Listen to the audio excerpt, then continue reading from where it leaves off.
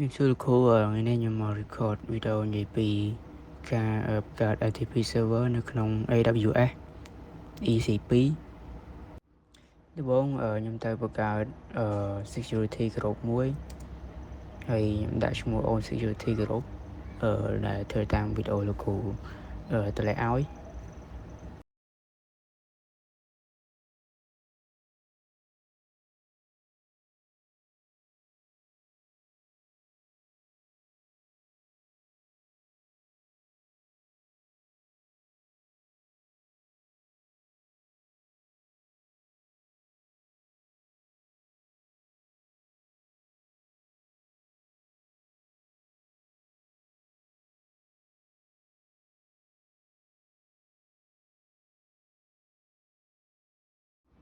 ហើយ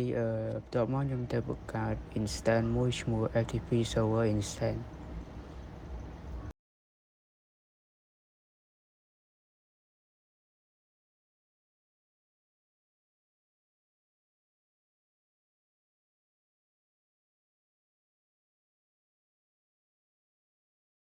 ហើយបន្តមកទៀតខ្ញុំបង្កើត key pair មួយដើម្បីទុក connect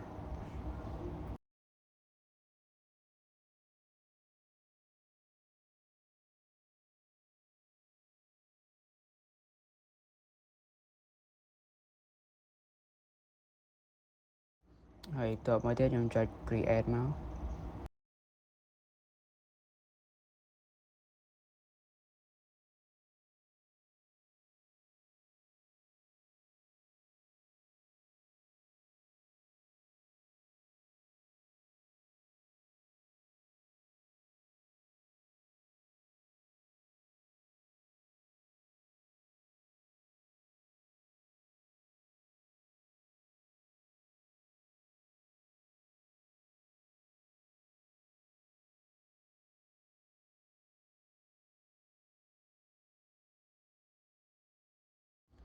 ហើយបន្តមកទៀតខ្ញុំទៅ create edit inbound rule ដែលធ្វើតាមលោកគ្រូប្រាប់ហ្នឹង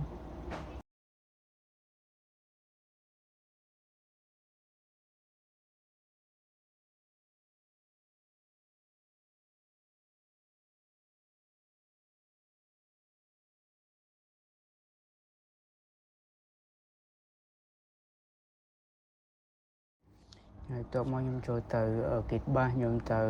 connect SH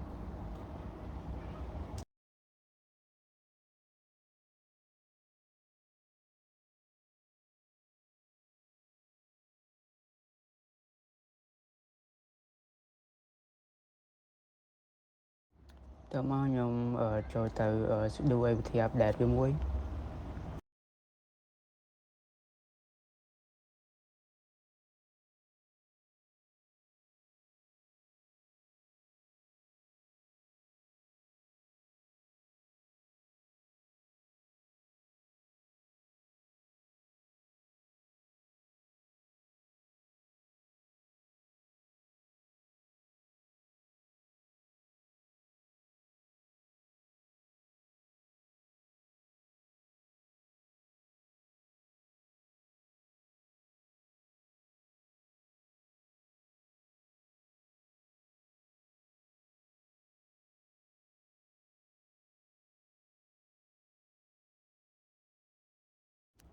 បន្ទាប់មកខ្ញុំទៅ by command cd /etc/ ចូលទៅកាន់ etc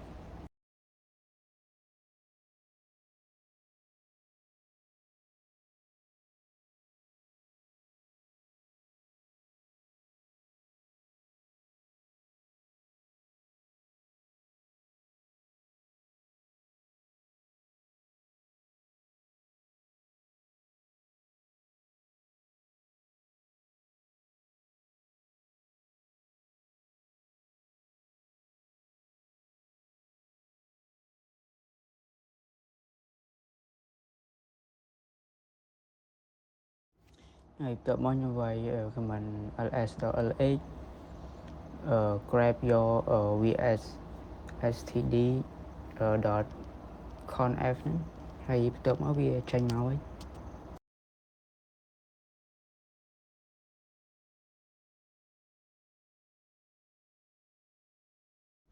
តមកយើងទៅbackup file របស់យើងsudo cp vs ហ្នឹងហើយយើងចុច enter មកវាបាន backup ហើយ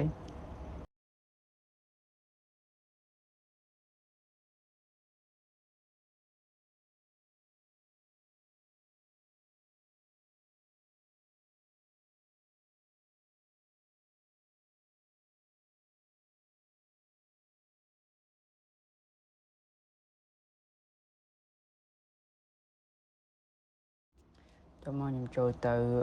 nano file con នេះមកតមកនៅក្នុង comment ហ្នឹងខ្ញុំបានដូរ comment ដូរអីតាមលោកគ្រូប្រាប់អស់ហើយបន្ទាប់មកខ្ញុំ save file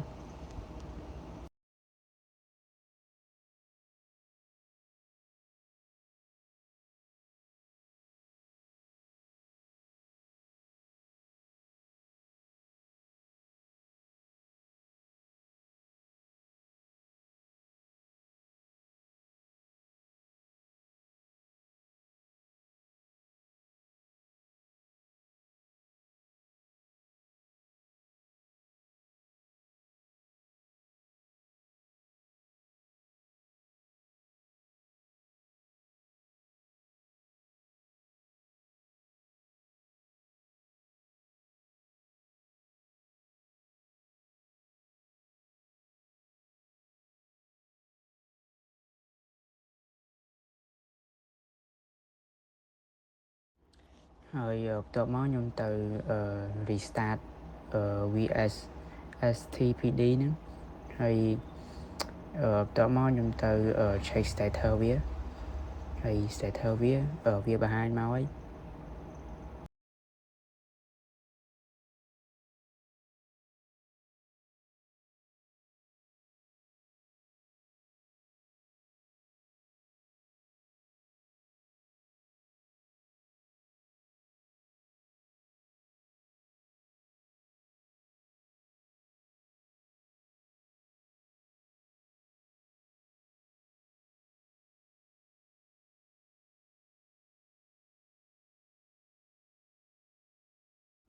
តមកខ្ញុំចូល FileZilla ខ្ញុំទៅ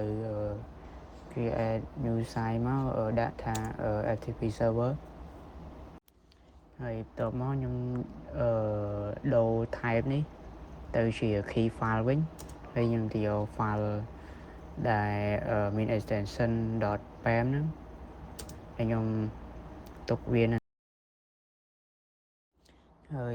user ខ្ញុំដាក់ Ubuntu ហើយ IP address ខ្ញុំបាន note វាទុកហើយខ្ញុំ paste វានៅ host នេះមកតមកខ្ញុំចុច connect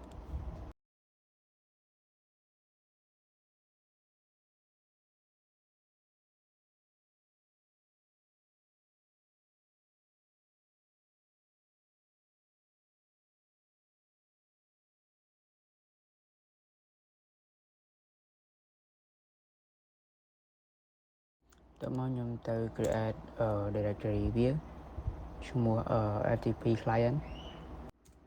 ហើយខ្ញុំទៅ create new file ឈ្មោះ learning.txt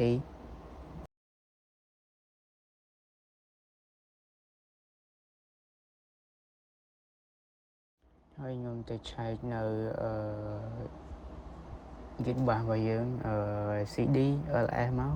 ឃើញវាបាន FTP client ហើយតមកខ្ញុំចូល cd ចូលទៅ FTP client ហ្នឹងហើយខ្ញុំបាន ls អញ្ចឹងវាឃើញ file learning.txt ដែលយើងបានបង្កើតមិញហើយតមកចុច cat learning.txt ហើយខ្ញុំចូលទៅ nano វាចូលទៅ write file វាខ្ញុំដាក់ welcome មួយមក welcome FTP ហើយខ្ញុំsave វាហើយបន្ទាប់មកខ្ញុំ cat វាម្ដងទៀត cat learning.txt អញ្ចឹងវាបានហើយtext ដែលខ្ញុំបានទៅសេមិញវាបានក្នុងហ្នឹងហើយអញ្ចឹងវីដេអូខ្ញុំមានតែប៉ុណ្្នឹងលោកគ្រូជំរាបលាលោកគ្រូ